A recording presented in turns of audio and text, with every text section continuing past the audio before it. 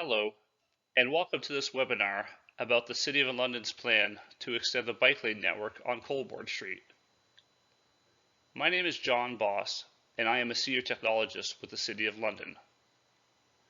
Before we go any further, let us acknowledge that we are gathered today on the traditional lands of the Anishinaabe, Haudenosaunee, Lenape, and Attawattaran peoples. We honor and respect the history, languages, and culture of the diverse indigenous peoples who call this territory home. We acknowledge all the treaties that are specific to this area. The Truro Wampum Belt Treaty of the Haudenosaunee Confederacy, also known as the Silver Covenant Chain, the beaver hunting grounds of the Haudenosaunee Nanvan Treaty of 1701, the McKee Treaty of 1790, the London Township Treaty of 1796, the Huron Tract Treaty of 1827 with the Anishinaabe, and the Dish and One Spoon Covenant Wampum of the Anishinaabe and Haudenosaunee. The three indigenous nations that are neighbors to London are the Chippewas of the Thames First Nation, Oneida Nation of the Thames, and the Munsee Delaware Nation, who all continue to live as sovereign nations with individual and unique languages, cultures, and customs.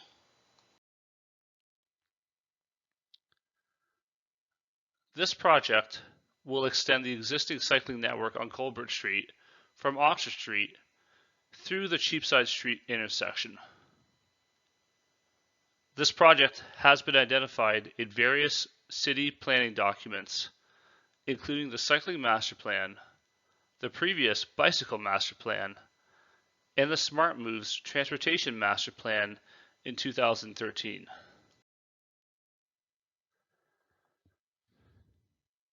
In this image, you will see the project area highlighted.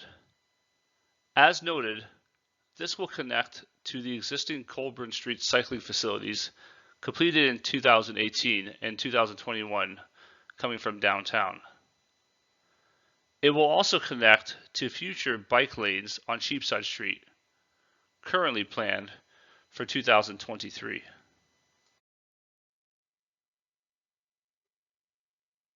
In its existing conditions, Colborne Street sees an average of 4,500 to 6,400 vehicles per day. The first block between Oxford Street and St. James Street sees the most vehicles, and volumes are lower towards Cheapside Street. The speed limit was recently reduced from 50 kilometers per hour to 40 kilometers an hour. With the road currently configured as two travel lanes and a parking lane on the west or southbound side, there is not a dedicated cycling route, and cyclists are required to share the lane with vehicles. The images above, taken within each block of Colborne, show the yellow center line is offset, and there is parking on the west or southbound side of the road. The road is generally in good shape, but there are some poor asphalt sections developing.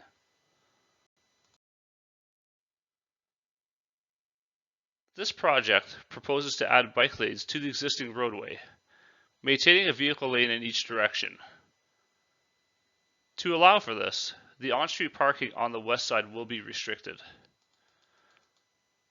By reallocating the existing asphalt space, this avoids disruptive and expensive construction to relocate curbs.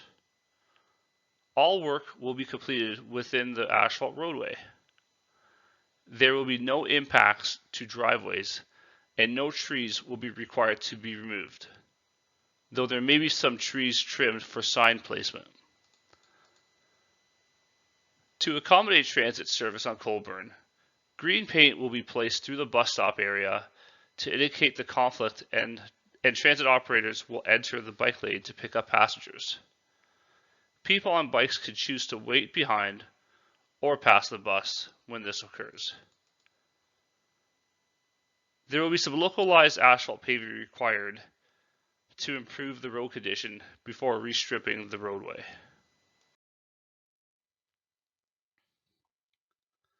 Some of you may be wondering why the protected bike lanes south of Oxford Street are not being extended through this section. When designing new facilities, we rely heavily on the design guidance documented in the Ontario Traffic Manual, Book 18. The chart shown comes from that document and is used to pre-select the type of cycling facility based on speed and traffic volume. This corridor is primarily in the designated section, while the physically separated could also be justified. Further south on Colborne, vehicle volumes are over 10,000, which is solely in the physically separate bikeway section. This is a pre-selection because there are many other factors such as the types of users, the types of vehicles, connectivity, budget, and maintenance considerations that all factor into a final selection of a cycling facility. Based on the lower speeds and volumes, geometry restrictions, and budgets, a designated bike lane is our final recommendation for this section.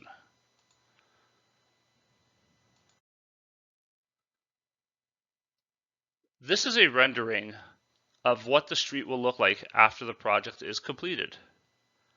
You can see the 2 vehicle lanes and the 2 bike lanes within the existing roadway. Again, no work, except for sign placement and tree trimming, is expected beyond the curb. At the Cheapside Intersection, there are currently dedicated left turn lanes in both directions on Colborne. After reviewing the traffic data, the number of left turns are fairly low and can be removed without any notable impact on traffic operations. The removal of the left turn lanes can provide space for bike lanes without reallocating the curbs or affecting the traffic signals. On Wednesday, September 14th, from 4 to 6 p.m., City staff will be available outside the London Fire Station number 4 on 807 Colborne Street to answer any questions you may have about the project. Feel free to drop by at a time that's convenient to you. Following this public meeting, the city intends to amend parking bylaws to restrict on-street parking on Colborne. This project is tentatively scheduled for either October 2022 or April-May 2023. If you have any additional thoughts, questions, or concerns, please contact the city. My contact information is on this slide. We look forward to hearing from you and making this project a success.